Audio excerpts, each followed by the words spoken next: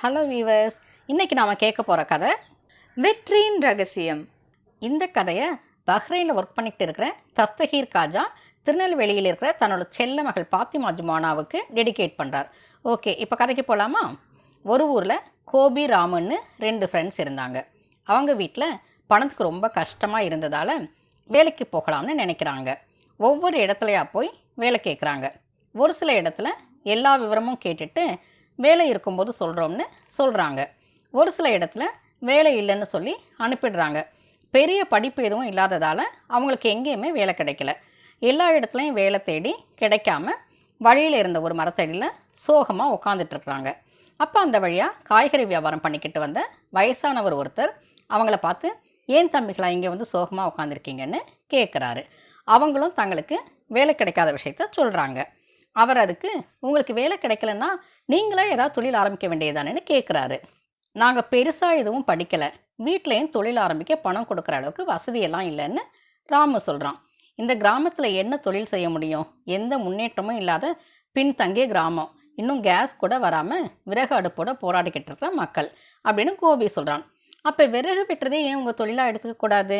காலையில் பக்கத்தில் இருக்கிற காட்டுக்கு போங்க, சாயந்தரம் வரைக்கும் உங்களால் முடிஞ்ச அளவு விறகு வெட்டிட்டு வாங்க. உங்கள் வீட்டில் விறகு இருக்கிறது தெரிஞ்சால் ஊர் மக்கள் தானாக வந்து வாங்கிக்கிட்டு போவாங்க. நீங்கள் உழைக்கணும்னு உறுதியாக இருந்தால் படிப்பும் வேணாம் பணமும் வேணாம்னு சொல்கிறாரு. 2 பேருக்கும் இது நல்ல ஐடியாவாக தெரியுது. 2 பேரும் நாளைக்கே நாங்கள் விறகு வெட்ட போகிறோம்னு சொல்லி அவருக்கு நன்றி சொல்லிட்டு வீட்டுக்கு வர்றாங்க. அடுத்த நாள் காலையிலேயே 2 பேரும் காட்டுக்கு கிளம்பிடுறாங்க. காட்டுக்குள்ளே போனதும் ஆளுக்கு ஒரு திசையில் போய் விறகு வெட்டலாம், சாயந்தரம் 5 மணிக்கு இந்த இடத்துலையே வந்து மீட் பண்ணலாம்னு சொல்லி ஆளுக்கு ஒரு பக்கம் போகிறாங்க. சொன்ன மாதிரியே சாயந்தரம் வரைக்கும் விறகு வெட்டிட்டு 5 மணிக்கு 2 பேரும் ஒன்றா சேர்ந்து வீட்டுக்கு திரும்புகிறாங்க. அவங்க 2 பேர் வீட்லேயும் விறகு விற்பனைக்கு இருப்பதை கேள்விப்பட்ட கிராம மக்கள் தங்கள் தேவைக்கு வந்து வாங்கிக்கிறாங்க. வியாபாரம் நல்லா நடந்து கோபியும் ராமுவும் சந்தோஷமாக விறகு வெட்ட போயிட்டு வந்துட்டு இருக்காங்க. கோபி மட்டும் இந்த வேலை இன்னும் ஈஸியாக செய்ய முடிஞ்சால் நல்லா இருக்குமேனு எப்போவும் யோசிச்சுக்கிட்டே இருக்கிறான். விறகு வெட்டிட்டு திரும்பி வந்துக்கிட்டு இருக்கும்போது திடீர்னு ஒரு நாள் கோபி நிறைய விறகு வச்சுருக்கிறதையும் தன்னை விட கோபி ஃப்ரெஷ்ஷாக இருக்கிறதையும் ராமு கவனிக்கிறான். நேற்று வரைக்கும் 2 பேரும் ஒரே அளவு தானே விறகு வெட்டிக்கிட்டு இருந்தோம், இன்றைக்கி என்ன கோபி மட்டும் இவ்வளோ விறகு வெட்டி இருக்கிறான்னு அவனுக்கு மனசில் நினச்சிக்கிறான். அடுத்த நாளும் கோபி தன்னை விட அதிகமாக விறகு வெட்டி இருக்கிறத ராமு பார்க்குறான். உடனே கோபிக்கிட்டே கேட்குறான். அதுக்கு கோபி, நான் 2 மணி நேரம் விறகு வெட்டினா ஒரு அரை மணி நேரம் ரெஸ்ட் எடுத்துக்குவேன்னு சொல்கிறான். அடுத்த நாள் ராமுவும் அதே மாதிரி 2 மணி நேரத்துக்கு பிறகு அரை மணி நேரம் ரெஸ்ட் எடுத்துகிட்டு வேலை செய்கிறான். ஆனால் அன்றைக்கி ரொம்ப டயர்டாகாமல் இருந்தாலும் முதல் நாளை விட குறைவான விறகு தான் ராமு வெட்டி இருக்கிறான். இதுக்கு மேலே கோபிக்கிட்ட கேட்கவும் அவனுக்கு என்னவோ மாதிரி இருக்குது. அடுத்த நாள் கோபி வேறு சைடு போனதும் ராமு அவனுக்கு தெரியாமல் அவன் பின்னாடியே போய் மறைஞ்சிருந்து பார்க்குறான்.